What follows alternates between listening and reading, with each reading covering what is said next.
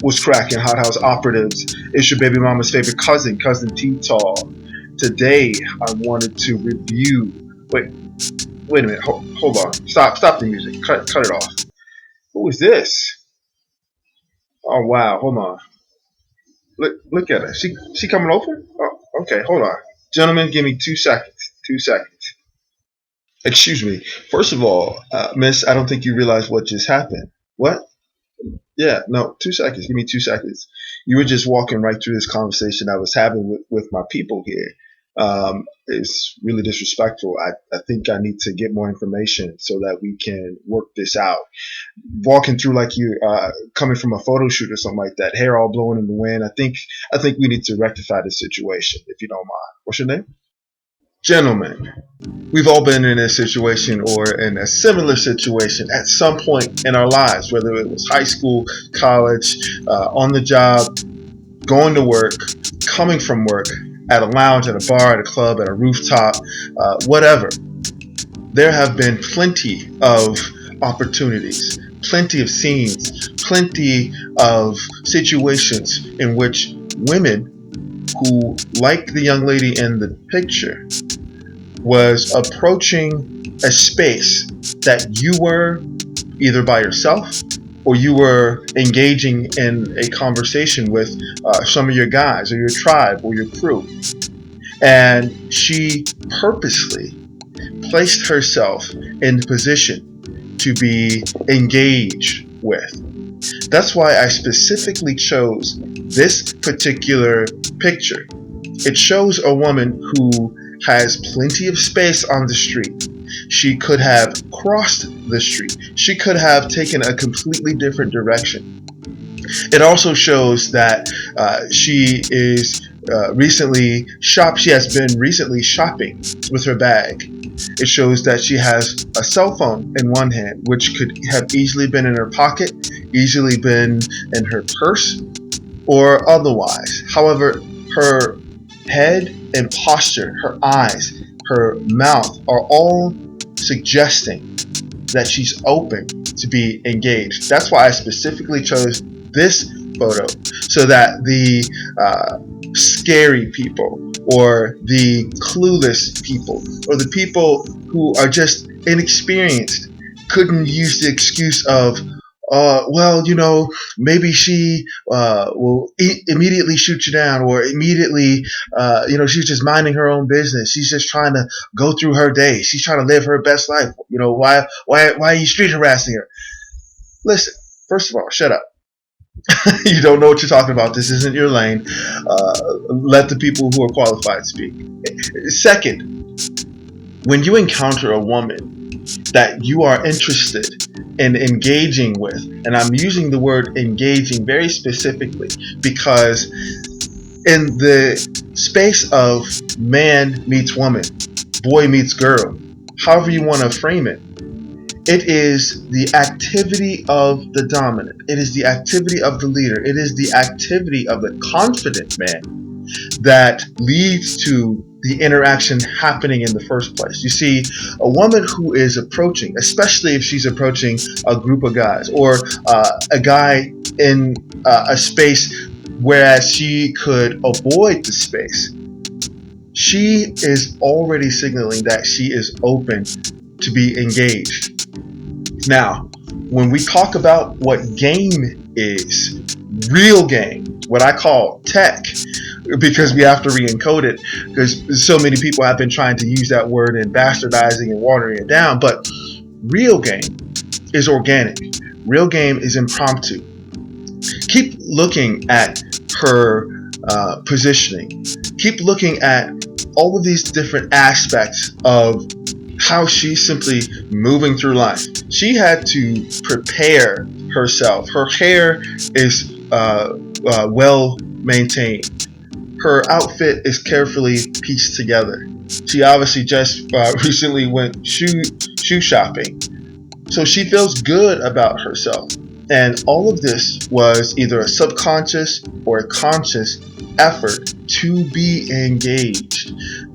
Forget what other people may say. Forget what quote-unquote feminists may say. Forget what all of these other people who are too afraid to engage humans in the real world outside of the virtual world may say about women just, not wanting to be bothered, women wanting to be left alone, women just wanting to be these, little butterflies or snowflakes bounding, directionlessly through this big bad world. No, everything is very well thought out. Everything is very well planned and coordinated, all the way down to the way that she's walking. All of this is an arsenal that women have in order to attract who they want and when they want them. So the very fact that she's approaching you or me or whomever in this situation open for engagement means that she is open to receive or at least entertain what it is that you have to say to her or to offer to her energetically, to offer to her in terms of your world or what you have come up with. Game is not about these canned lines. Game is not about trying to impress your friends. Game is not even about attempting to impress the woman with how poetic and how flowery or how creative your words in a moment can be. It's about the moment. It's about being in the moment. It's about using the elements of that interaction in order to get a desired result. Now, I could have approached so many ways. Obviously, I wanted to keep it as simple and basic as possible as a teaching moment, but and even in the scenario that I gave, for a lot of guys, that's obviously outside of their comfort zone range. Even approaching a woman in person is outside of their comfort zone. So what I started with was a buffer into the introduction. I qualified the reason why I was interrupting her. I used manners by saying, "Excuse me," and I said, "Miss." But I also wanted to inject some authority by bringing attention to the fact that she had walked into an existing conversation that was happening. And so I wanted to also get confirmation that she was, in fact, engaged. And at the same time, always remembering to always be closing. That's that salesman mantra, ABC, always be closing. That's why quickly towards the end of that interaction, I made sure that I got her name. That is the point where we start exchanging information. And that is so that I'll make it less and less uncomfortable for her because, on her approach, she was scanning, and the graphic that I'm putting up now shows you what she was scanning for. These are the 5 F's, gentlemen. I've done a video on that. Go through the archives, look at the 5 F's. I understand that even as far as 50 feet away, she was scanning and qualifying myself in one or more of these categories. And so with that in mind, my level of engagement will determine where she places me in these categories. So that's why we say present yourself with leadership, authority, with an alpha position, the dominant position, because you don't want her to categorize you. And maybe you do. Maybe you're looking for, a woman to maintain and take care of and all, whatever. But as far as what we teach here in the Select Manosphere, more specifically here in the House of Technicians, we teach men how to become masculine masters. You do not become a masculine master by giving up your authority, by being subordinated to a woman or to anyone.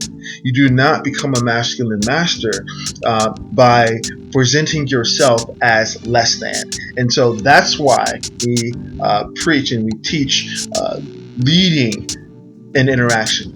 initiating the engagement, maintaining the dominant position as you engage a woman, and you inform her and even instruct her as to how to interact with you as the man. I could have went to the shoes. I could have gone to the cell phone. I could have, talked about her outfit. There could have been so many ways that I engaged her or began the engagement with her. But for me, on my side, I'm thinking about this. The graphic that you see now is my roster, the select man's roster, and where this particular woman can fit on the roster. And in order to qualify for her for even those positions, for me personally, every guy has his own, qualifications for these particular roster positions. You can go through the archives and look at those videos. But in order to really qualify a woman that you're just meeting, that you're just engaging, you have to look at this. Shout out to the master teacher BGS IBMOR for the octane scale. And that graphic is what I'm posting here right now. You notice what patterns happening here? In this space, in this select manosphere, we have this entire language that we're building so that men have these skill sets that they can build upon, that they can tangibly grasp, that they can tangibly fall back on. Pause the video, take screenshots, look at these tangible observations that men have made and contributed to this space, that younger men, middle-aged men, even older men who have not ever had these concepts broken down to them, can walk away with something that they can use. And now we have this language, now we have this entire space to build upon. Build your confidence, build your knowledge base, build your skill sets and your understanding about how we interact and how to interact in a way that's beneficial for you and for the other men in your spaces that you share this information with. Gentlemen, at the end of the day, it is all up to you about how you wish to carry yourself through your mission. And the extension of that is the women that you bring into your mission, whether it's engaging women from a monogamous standpoint or from a polyamorous standpoint, whether it's simply engaging 92 octanes, 89 octanes, 87 octanes, or even shooting your shot at 100 octanes. It's up to you and your social bandwidth, meaning what you can handle. You need to understand that about yourself. You need to realize what your cultural codes are. And most importantly, above all, you need to understand what your mission allowance is. Does she fit within your mission trajectory? Because at the end of the day, like I said in the previous Patreon exclusive podcast, women do not submit to men. They do not submit to the man. They submit to the mission. What is it that he's accomplishing in life? What is it that he is doing? What's propelling him forward? What is his light shining upon? And how can she become a part of where that light is shining? Because a woman can get with a wealthy man. A woman can get with a popular man.